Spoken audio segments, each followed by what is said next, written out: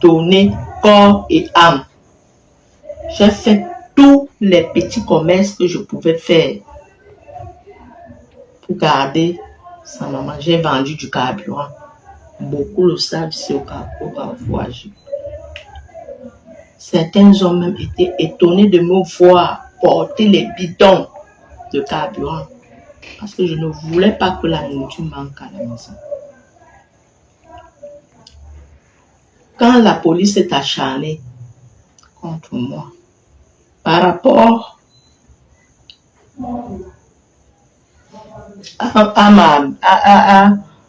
au carburant que je vendais, on m'a tout pris. Je suis restée comme ça. J'ai demandé à Belka qui était déjà en Europe, s'il te plaît, tu peux m'aider? S'il te plaît, donne-moi un peu de quelque chose pour que je continue. Il ne m'a rien donné. Je me suis battue. J'ai pris l'argent chez les locataires que mon père m'avait laissé. Je prenais l'argent là. J'ai concocté cet argent et j'ai commencé un nouveau commerce. Le nouveau commerce, c'était quoi? C'était le câblage télé. Les gens m'ont vu câbler les maisons ici pour avoir de l'argent. Alors, je me suis fait comme je pouvais. Les enfants tombaient malades. Sa maman tombait malade. Mais je n'avais pas, même pas un radis qui venait de la France pour s'occuper de sa maman. Il revient au Cameroun pour la première fois en 2006. Il trouve dans un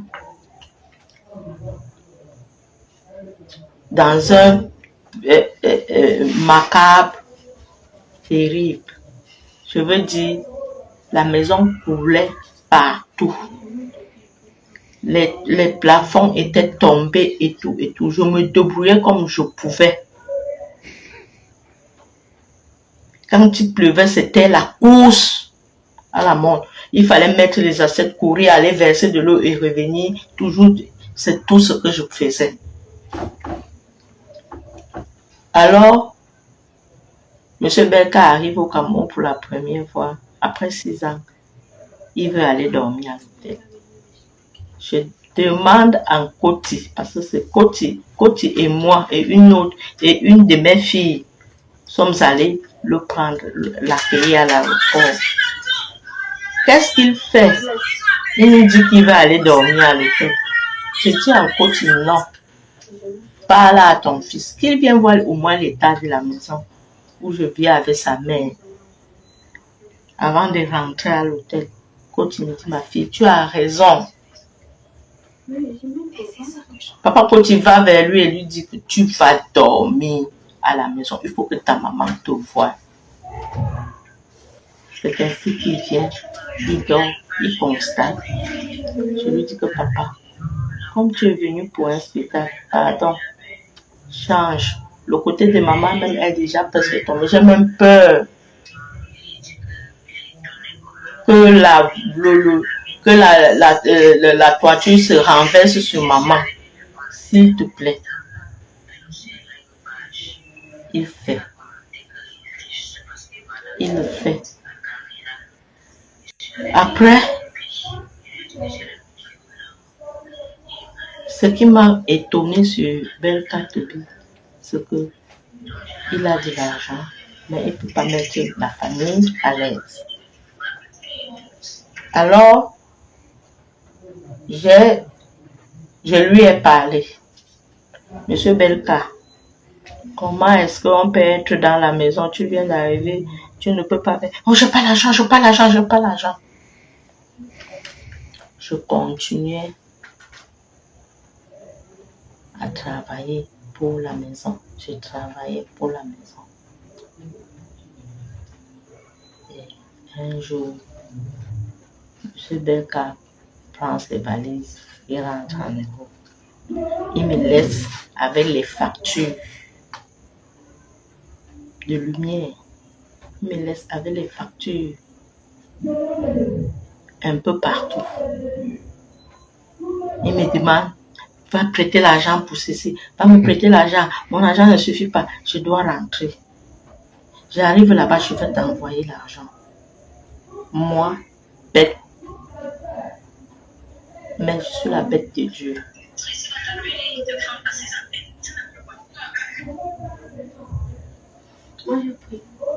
Alors, dès que il s'envole, monsieur ne me rembourse pas. Il me laisse avec les factures de 90 000 électricité. Il s'en va comme ça. Nous avons même engagé le processus d'avoir de l'eau. Que l'eau coule dans les robinets aussi chez nous. Monsieur Belka a commencé. Il m'a abandonné avec. Je me suis battue. J'ai mis de l'eau à la maison. Après ça, le câblage demandait beaucoup d'argent. Parce qu'il fallait qu'on voulait reconnaître le travail de câbleur. Il fallait faire en ONG. On est venu me demander 1 million. J'ai dit à Toby de m'aider. Oh, je n'ai pas l'argent. Autre chose là, les gros montants, je n'ai pas l'argent. J'ai baissé les bras. Mais j'ai trouvé une dame qui m'avait proposé d'aller vendre, d'aller faire la cuisine dans son restaurant à Bonanjo. Je vais là-bas parce que je ne peux pas, avec les enfants, je ne peux pas rester sans rien faire. Je vais à Bonanjo, je commence mon boulot là-bas. 3 semaines plus tard, il se rend compte que je travaille pour une dame. Je fais la cuisine pour une dame dans son restaurant. Il me demande, pourquoi tu fais ça? On te paye combien? Je lui dis, pour le moment, c'est un début. Elle m'a dit 50 000, mais avec le temps, ça va rentrer. Et c'est dans ce restaurant que je rencontre un sous-préfet parce qu'il adulait mes mains. On échangeait tout le temps.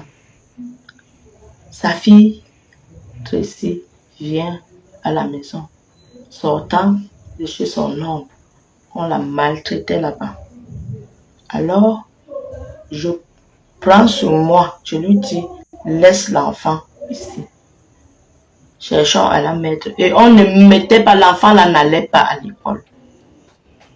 Je lui dis, je vais récupérer l'enfant. L'enfant va rester avec moi. Alors, paye l'école de l'enfant. Belka m'a donné l'argent pour que j'introduise l'enfant. Je suis passée par ce préfet pour introduire l'enfant ici. Alors, c'est comme ça que je vis. Je mène ma vie avec les enfants. Monsieur est à Paris. Il joue sa vie là-bas. Il cache, il joue, il cache. Mais il me dit tout le temps, il n'y a rien, c'est dur, c'est fort, ça ne donne pas. Jusqu'au jour où je me rends compte que sur mon dos, il y a un bébé.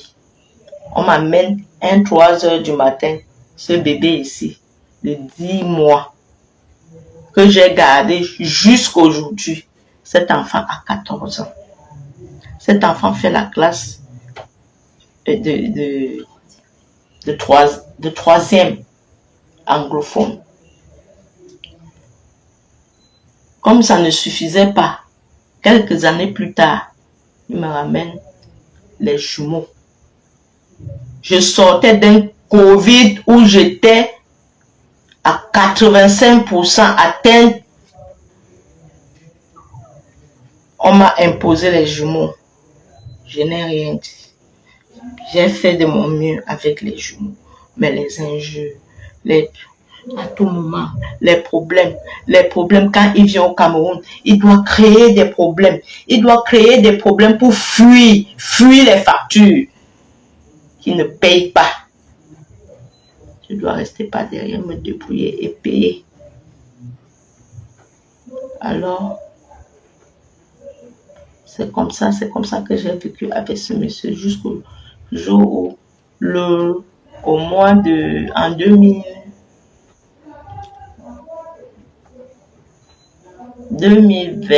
fin d'année 2024, ma fille me dit, elle est enceinte, elle me dit, maman, moi je suis très loin à Bonabéry, dans le bas-fond de Bonabéry. Sortir de là avec la voiture, c'est des problèmes pour moi. Trop de secousses. Et bientôt je dois accoucher. J'accouche par césarienne. S'il te plaît, maman, est-ce que je peux venir pour quelques jours chez vous pour finir avec mes examens prénataux avant de rentrer, attendre le jour J.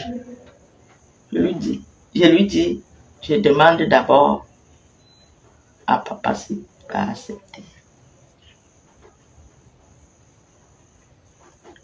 Elle me dit, demande alors. Dans la nuit, pendant qu'on dormait, je lui dis, papa, l'enfant m'a soumis un problème. J'étale le problème.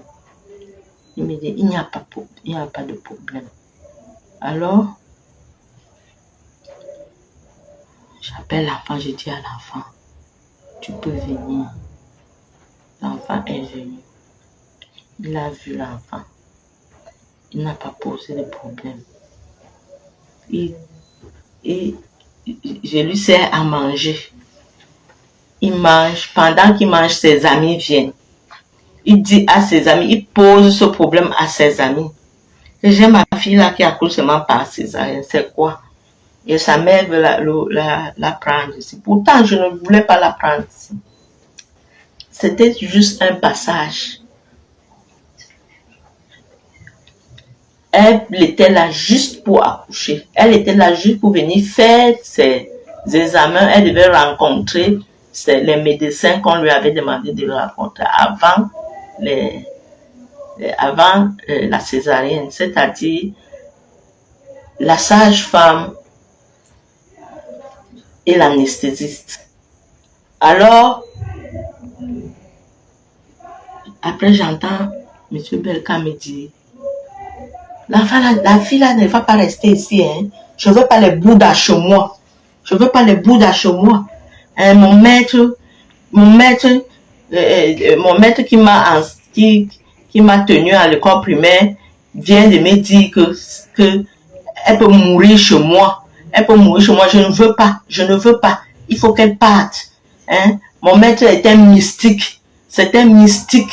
Et il voit des choses. Il m'a dit de ne pas accepter, de la chasser. Il faut qu'elle parte. On a chassé mon enfant à 1h du matin, étant à terre, qui veut préparer sa césarienne. C'est là où tout se gâte entre lui et moi. Je ne suis pas d'accord. Je lui fais connaître mon mécontentement. C'est là où je commence à recevoir des bastonnades qui ne disent pas son nom. Il m'a arrêté, il m'a coincé dans une chaise en m'arrêtant au cou. Alors, n'eût été la présence de ma fille qui allait appeler sa tante, puisque sa tante est notre voisine. Elle a couru, elle est venue. Ce jour, M. Belka a maudit ma fille, soulevé même la robe sur elle et l'a maudit. Parce que l'enfant est parti appeler sa tante et lui a dit que papa, ce que tu es en train de faire, c'est pas bien. Pourquoi tu joues la violence? Tout le temps, violence. Papa, je suis né dans la violence et je ne veux pas ça. À partir de ce jour-là, Berka Tobi a refusé de ne plus manger ma nourriture.